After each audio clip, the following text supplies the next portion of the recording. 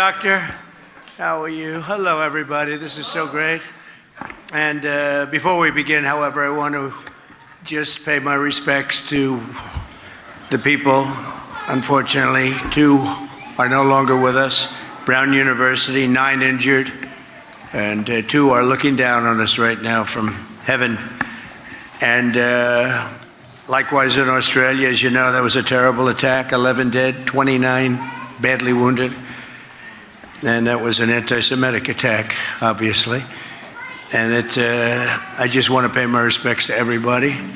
I must say in Syria also, we had an attack in Syria, and we had 3 great patriots terminated by bad people, and not the Syrian government. It was ISIS. Syrian government fought by our side. The new president fought by our side. But I just want to pay my respects to the families. We also had 3 injured, but 2 of them are already out of the hospital, and one's going to be okay. But we lost 3, so it was a rough day. But to Australia and the Prime Minister, to everybody that we know so well, we get along with so well, we have a great relationship. That's a terrible situation going on over there. Think of that. And Brown University, great school, great, really one of the greatest schools anywhere in the world. Things can happen. So to the 9 injured, get well fast, and to the families of those 2 that are no longer with us, I pay my deepest regards and respects from the United States of America. Thank you very much. It's a very important thing to say, and we mean it. I can tell you in Syria, there will be a lot of damage done to the people that did it. They got the individual person, but there'll be big damage done. And the other, supposedly, they call him a person of interest, so I'll keep it along those lines so we don't get ourselves in any trouble. But they have a person of interest at Brown.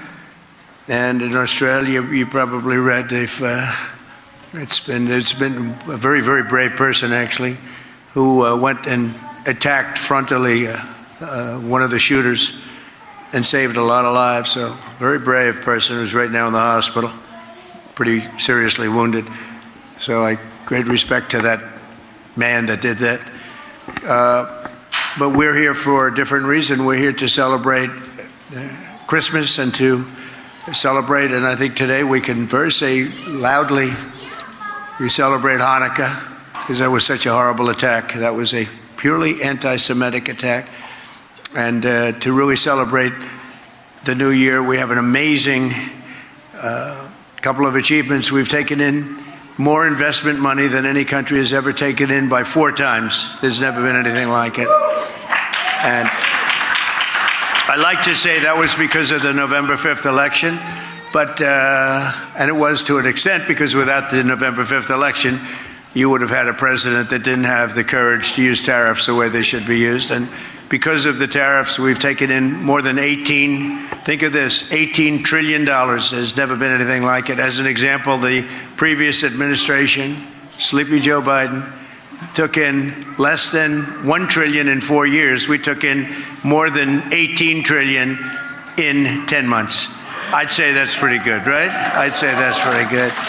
And if you go back into history, there's never been a country that's taken in more than $3 trillion, and we have over 18. That's, again, because they don't want to pay tariffs. So in order not to pay tariffs, they come in and they build their plant in the United States. It's pretty simple.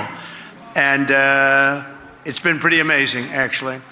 We have some very special people here, and because I believe in family so strongly, I think I should introduce, we have Don, we have his children, we have Vanessa, her children, Kai, Tristan, Spencer, Chloe. Kai's a great golfer. Has anyone ever, oh, there she is. Hi, Kai. Put your hand up, Kai. Can you beat your grandpa in golf? Can Kai beat her grandpa in golf? I don't know. But she's great. Chloe is going to be amazing. And all of them, they're great athletes. They're really great. So I just want to welcome Don, and I want to welcome Vanessa. I want to welcome the kids, and Bettina, who's with Don, is such a fantastic person. Where's Bettina? She's a great athlete too. She said, "Where are you? I hear a really good athlete." So that's very nice. But so I just had to do that. But then I'm going to tell you about some other people that are here because it's amazing.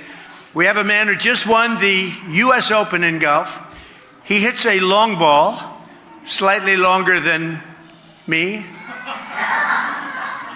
I used to think I hit a long ball until I played with him. But everybody feels that way, even the touring pros. He's the longest hitter in golf. He's the longest hitter, much more importantly. He putts great. He chips great. He hits the ball dead straight. It's tough. When you're the longest, straightest hitter that putts the best and chips the best, typically you're going to do quite well, and he does quite well. Just signed a contract for like $200 million for playing golf. You're paying a guy hundreds of millions of dollars. And he's a fantastic person. You know what he's got, though, better than all of his game? The head. He's got the head is better than anything. He knows how to win. Where's Bryson DeChambeau? Is he here? Bryson. Come up here, Bryson. Come on. Come on, Bryson. I want to ask, why is he longer? Look at him.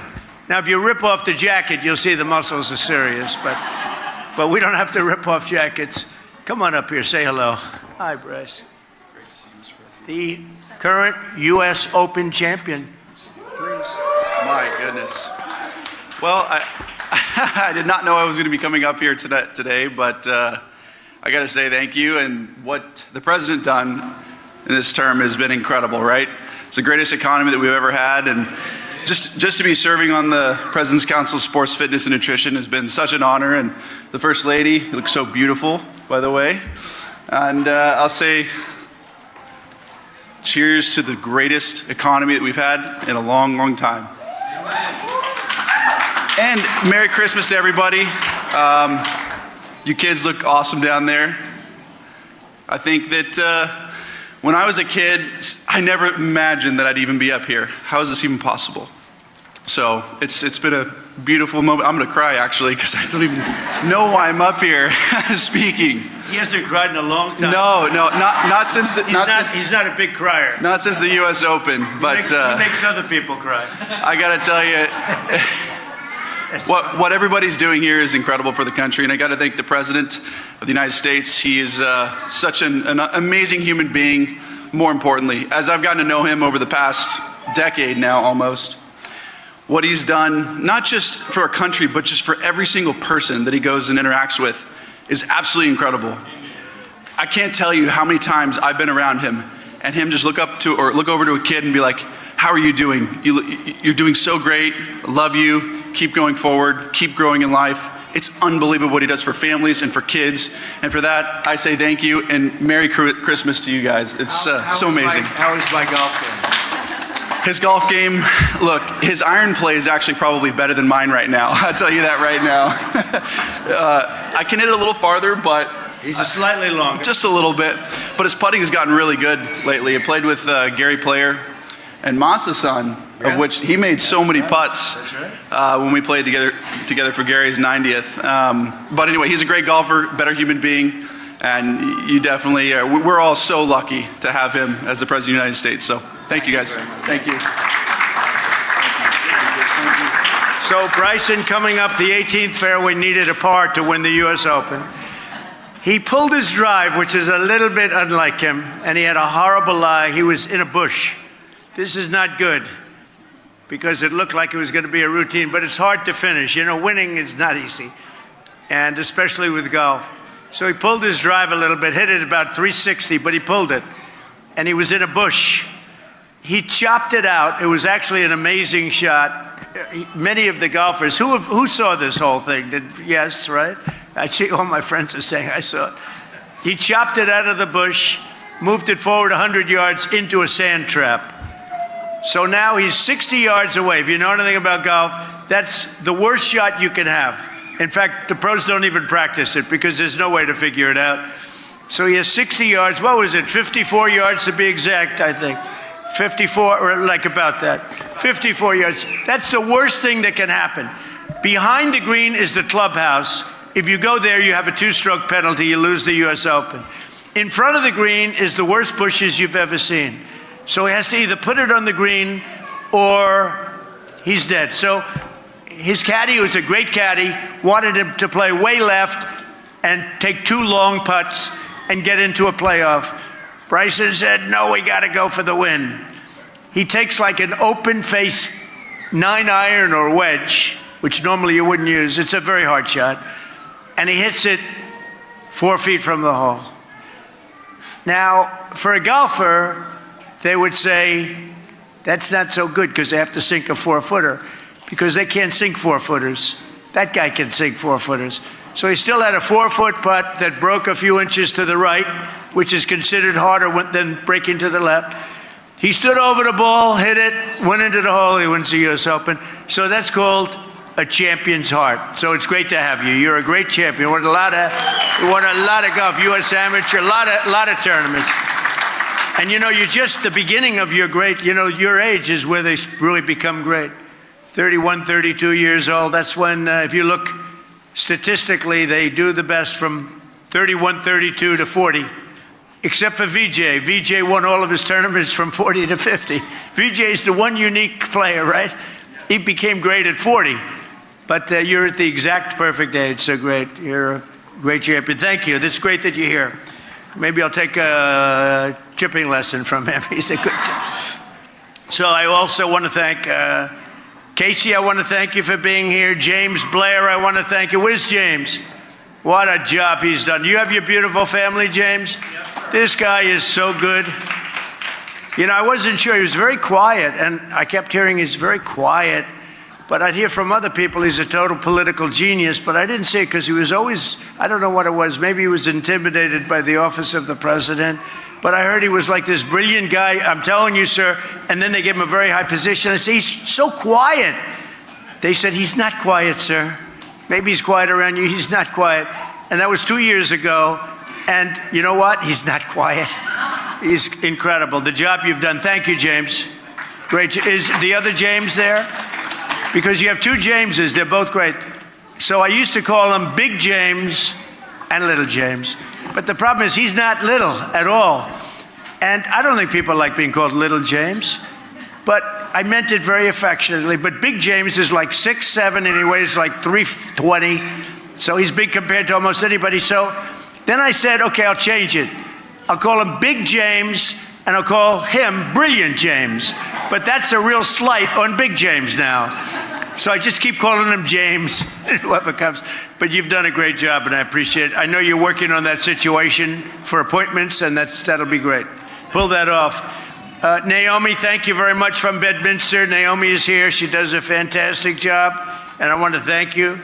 I want to thank Erin Elmore. Is Erin here? Erin, come here, Erin. She's marrying the most powerful man in the administration. She's getting married to the great Dan Scavino. Is Dan here or is he working? He's too big. Come on up here, Erin. You think Dan has bad taste? You won't believe this. Mickey Gallagher, another great golfer, is here. He's the head pro at Bedminster, and come on up here, Erin. You know the First Lady? How are you? Nice to see you. How are you? Want to say a couple of words? Sure. Because she's a great hostess. She hosts professionally everything, and she's the best. But now she's probably going to, let's see, is she going to choke? No. Is she going to be the opposite of Bryson? Go ahead, say a couple. Great, you look great. Thank you, Mr. President, First Lady, and to everyone, Merry Christmas. Thank you so much for having me. It's an absolute honor. I got to fly here today with Vanessa and all of the kids, and you just have such a wonderful family. Everyone is amazing and polite and smart and athletic and talented. So you guys have done a truly amazing job, and it's a testament to your family. And I think this party is really special because my son is here, my sister is here, and the holidays and Christmas are truly about family. And thank God that we have a president and a first lady who puts our families first, who puts America first. And that's why we get to have this special, amazing, beautiful Christmas season the way that it is. And I thank God every day that President Trump won November 5th of last year. And I think we keep making America great again for all of these people here today, our children, our families. So thank you so much for having me. And thank you, President, First Lady. Thank you. Great. Now you know what I'm talking about. You did a good job. I don't know. Scavino's great, but without that big power, do you think that she would have been interested in him? James, I don't know. I think the power is the thing that did it, right? And his charming personality. He's a great guy. You got a great guy, the best. And he looks great these days. He's a handsome guy, right? Look at her. She's defending him. Thank you. Aaron, thank you very much. Thank you, darling. Great job. I appreciate it. So Mickey Gallagher, where's Mickey? Mickey from one of the... Now, he's a great player, too. Probably Mickey would agree that he's not quite as good as Bryson. He's the head pro at Bedminster, one of the most respected professionals, the most, like in New Jersey. Forget, he's like a king. And he's a really good golfer. But we've given up on the tour stuff, right, Mickey? We gave up. Well, when you see somebody's 100 yards longer, you say, let's go back to hiring golf pros all over the place, right? Thank you, Mickey, for being here. And he is a great golfer. Really terrific lawyer. He's been with me for a long time. I think he's got his family with him, and his family's great. Alan Garton. Where's Alan? Alan, nice to see you, Alan. Boy, are we winning cases or losing? I think we're winning. I guess we're winning because here we are, right? That's good. Well, you've done a great job, and look at that beautiful baby, huh? That boy, he's not a baby anymore, right? Good, good. Thank you, Alan. Is your wife here? Who we happened to meet on the job? He met on the job. You know, we're not supposed to do that stuff, but they got along very well. I said, to hell with it. We have very flexible rules in the Trump organization. I said, you know, those two seem to be too. She's a great lawyer. I don't know, she may be a better lawyer than you, Alan, I hate to say. But I noticed they came into my office and they were extraordinarily friendly, you know, like they'd walk in, two separate lawyers, and it's strange when they walk into my office and they're holding hands, you know, it's like, I said, what the hell's going on over here, right? So, Alan, I just want to thank you for doing a great job, both of you for doing a great job, and congratulations on the family and everything. A man who's really fantastic. He started off as a speechwriter, and my problem is I didn't stick to his speech that much, but whenever I stuck to his speech, I would never get myself into trouble. But he's one of the greatest speechwriters in the world, and together with his partner, Ross, they form a team that, you know, they've been with me right from the beginning. Vince, are you here, Vince? Oh, there you are, Vince. It's amazing the way you blended in. He wants to blend in. And now he's doing something I think that's going to be the most exciting job of all. And Ross is doing really well. They split up probably the first time. You know, they've always been a team. They wrote, they love each other. They got along so well for so many years. And I said, you know, we have a couple of jobs. Vince is unbelievable on policy. And we have a policy thing that's going to be unbelievable happening. Should I announce it or should I keep it quiet? I put Vince in charge of the Triumphal Arch. We're building an ark like the Arc de Triomphe. And we're building it by the Arlington Bridge, the Arlington Cemetery, opposite the Lincoln Memorial. You could say Jefferson, Washington, everything, because they're all right there. And it's something that is so special. It will be like the one in Paris, but to be honest with you, it blows it away in every way. And Vince came in one day and his eyes were teeming. I mean, he couldn't believe how beautiful it was. He saw it and he wanted to do that. That's your primary thing. There is nothing that can compete with that. It's the only city in the world that's of great importance that doesn't have a triumphal arch. You know what that is? And this one is going to blow them all away. The one that people know mostly is the Arc de Triomphe in Paris, France. And we're going to top it by, I think, a lot. The only thing they have is history. You know, 1860 is something, I always say, the one thing you can't compete with, but eventually we'll have that history too. But we're going to have something that the likes of which has never been done before. And it's been waiting for 200 years, literally. I think the Civil War got in the way of it. You know, the opening, they actually have they have four columns, four small columns with the eagles on top. And they have the circle, you know, before on the other side from the Lincoln.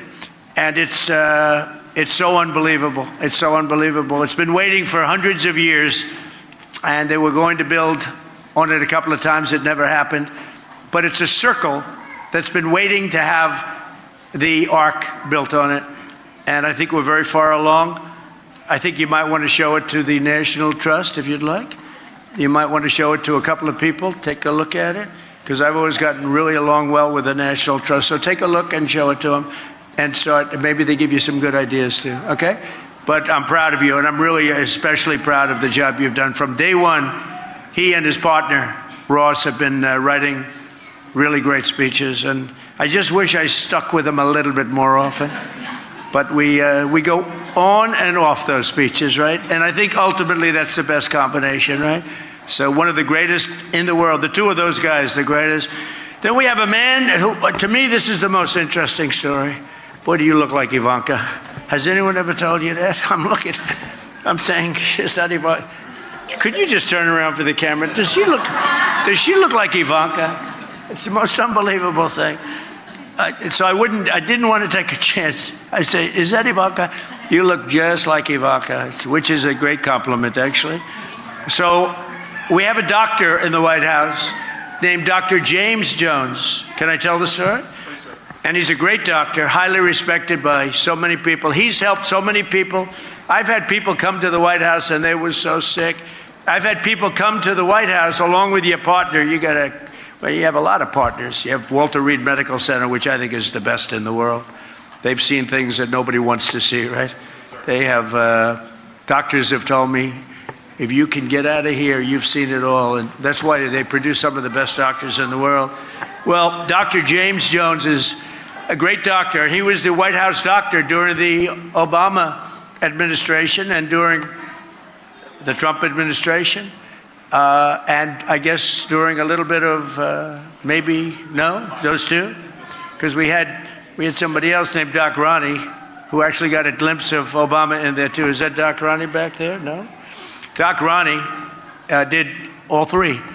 And he said Trump is in the best health of all. He had Bush, he had Obama, he had Trump. He didn't have Biden. He didn't have Biden. But Dr. James went on a trip to Peru with the two Obama girls. They wanted to go hiking in Peru. Was it Peru? In Peru. And it's known for being a rather rough place in terms of physical creatures crawling around. 28,000 people die a year from a snake bite, a certain snake. It's a viper, right? It's said to be the most poisonous snake in the world. And he made a comment, and somebody else told him, that's very dangerous in that area to go hiking. And the guide said, oh, don't worry, we never see that snake. It's over-exaggerated, even though 28,000 people a year die. That's not over-exaggerated. Because when they lift the rice and the this and the that out of the water, they get hit. And if you get hit, it's automatic death. So he goes out and he's, in your last day, right? You're getting ready to come back. For 2 weeks, they're traipsing around in Peru. And he's got to follow them because he's the White House doctor. And he's with the two young ladies who I'll bet are nice. You actually said they were very nice young ladies too. I'll bet they are. And final day, final 2 hours, he gets hit by a viper, right? This is a terrible Christmas story, but it's a hell of a story because I'll tell you what happened. He gets hit with a viper and the viper missed him. It hit his jacket, a very thick jacket, and spread all of the venom all over the place. It went all over.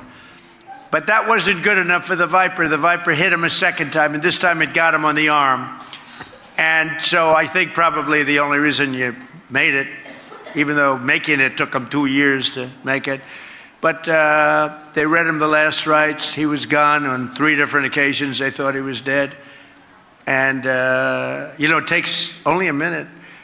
And because of Doc Ronnie Jackson, he knew, they called in, and he was at the White House, and he knew from the description and the location what kind of a snake it was. And they had the venom just in case. But the venom rarely works. It's so powerful, this snake. It's said to be the most poisonous. That, the black mamba, the brown mamba, and the viper from Peru. You do not want to play games, okay? And I'm telling this story because my son Don, this is a hell of a, did you hear this story, Don? And so he's being read his rights and they thought he was dead 3 times, 3 different times. They carried him out, feeding him the antivenom, and over a period of months, he was unconscious for a long time, many weeks, and he made it. I asked him, how you doing today? He said, is it perfect? Look how quiet everybody is. You know, it's funny when you talk about snakes and things like that, that people find it interesting. Would anybody like to go to Peru and walk around the forest with it? He says, no, thank you. No, thank you. I'll say no, thank you. But this was a real, did they ever find the snake, by the way? They did. Oh, they did find it? What did they do? They took care of it. You know, normally the environmentalists and the animal rights people would say, oh, leave it alone. It's such a wonderful, okay, usually they say, leave it alone. It's such a wonderful, leave the sharks alone. Don't touch the sharks. They're wonderful. I love the sharks, right? I don't feel that way, but that's okay. Just lost about 1 vote. That's all. But so he got better. And here's the story. The purpose of the story is that he wrote a book 9 years ago, would you say? This was 9 years ago? 3 years. The book is 3 years old. And it was okay. It sold about 2 copies. But it had a hell of a cover. And it has a cover of the White House and this vicious snake. And it is vicious. Teeth are like this, those fangs. These are not fangs you want, sucking on your arm, right? As you had. By the way, what did you do? When that snake was on your arm, you tried to get it off your arm, I guess, naturally. What was happening? I rolled off, sir, so I don't remember it. You mean it hit you that hard that it knocked you out immediately? It's unbelievable. So he wrote a book 3 years ago. And the book was fine. It's like every other book. It didn't sell too much, but it was interesting. But I heard the story, and I'm fascinated by stories of wildlife because I have a theory. Wildlife always wins. That's what my theory is. We can play games, I'm saying this for my son, by the way, because I have a son who would rather be in the jungle than any place on earth. When I kick the bucket someday, he'll be, I figure, Bettina, I think he'll be here for about 2 days. He'll go and pay his respects, and we'll say, where's Don? He'd rather be in some jungle or and he's a really good hunter. But remember this, wildlife always wins, unfortunately, is in this case. So what happened, Dr. Jones wrote a book, and the book was amazing. I said, I want to get that book. I got it. And the cover is unbelievable. You'll see it on Truth Social. It's on Truth Social. I put out a statement that this book is great, the story is incredible. It took him like 2 years to recover. And I think he said he's lost something, but not up here.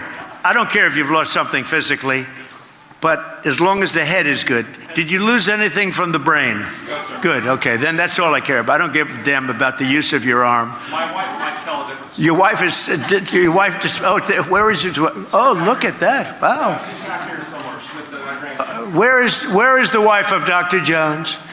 I just want to know, did he lose anything mentally? Because if he did, I no longer want him as my doctor. No, he's an unbelievable doctor. No, here's the bottom line.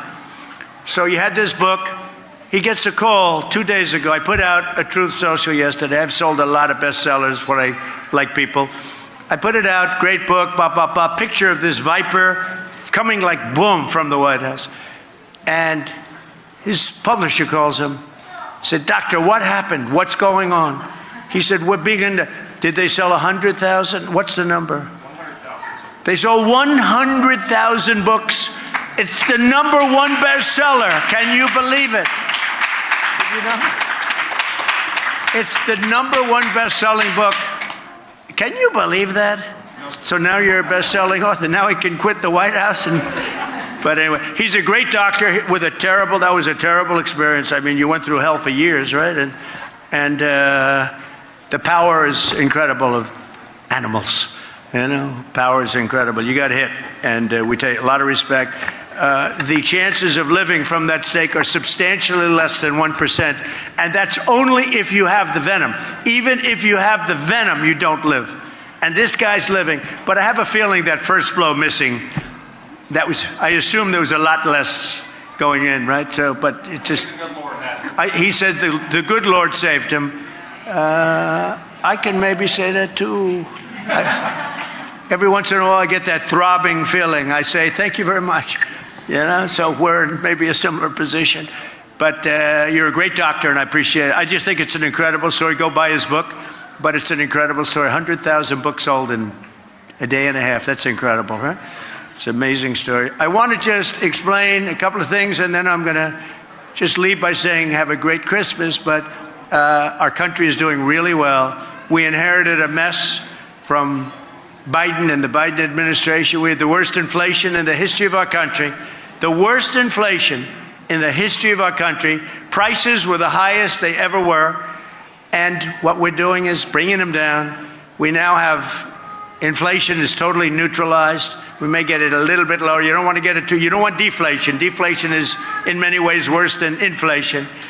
But we have a record setting. We have more people on Friday.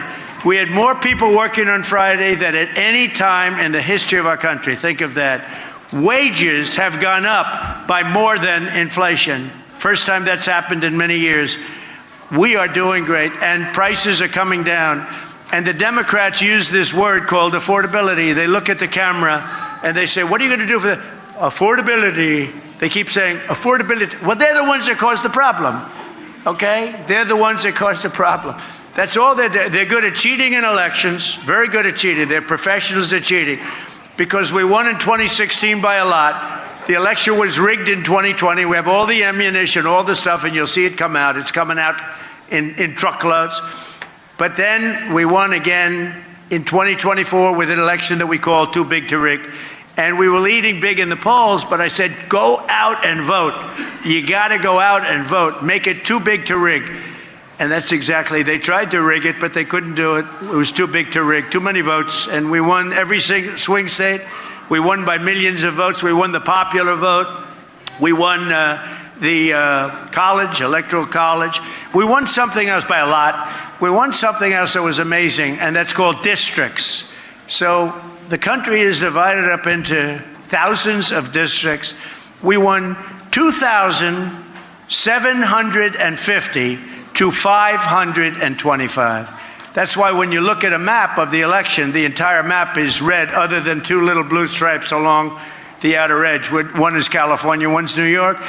And California's election, New York also, but California more than any other place is so rigged.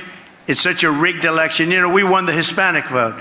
So a lot of people say Republican wouldn't win California, but I won the Hispanic vote.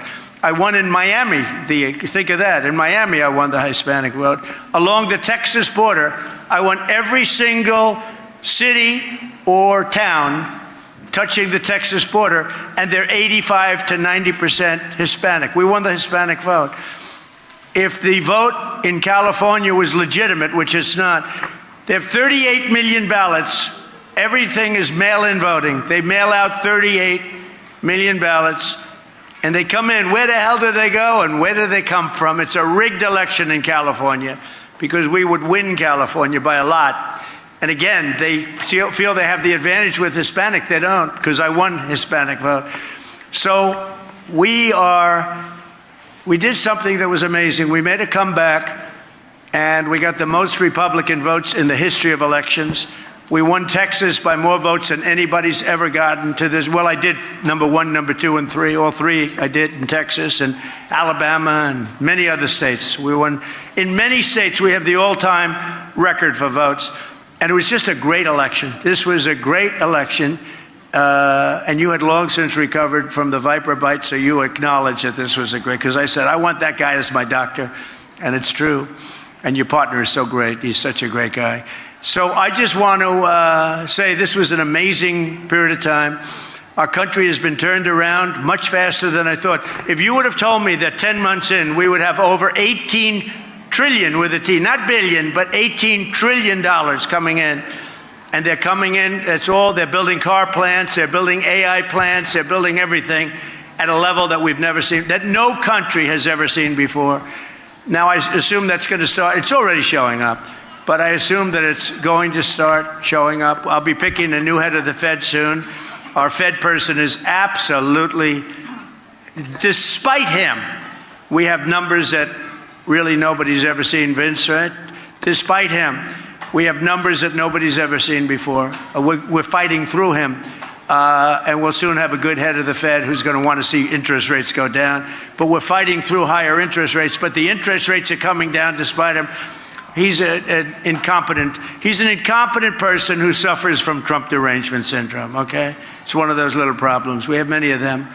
But we're fighting through that stuff. And we have a country that potentially is geared to have the most incredible golden years ever. We're going to have, it's the golden age. I say it's the golden age of America. When these factories and plants open up by the thousands, Toyota just announced they're going to spend $10 billion building plants to make Toyotas.